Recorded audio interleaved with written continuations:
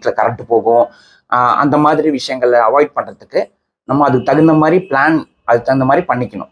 முன்னாடியே அதான் முந்தன் டாப்பிக்கும் இந்த டாப்பிக்கும் எல்லாமே ரிலேட்டட் தான்.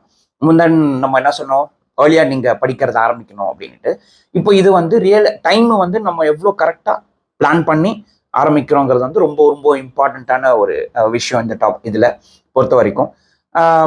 இப்போ அதுக்கு தகுந்த மாதிரி உங்களால் எவ்வளோ நேரம் முடியுமோ, இப்போ காலையிலேருந்து சாயந்தரம் வரைக்கும் படிக்க முடியுமானா முடியாது.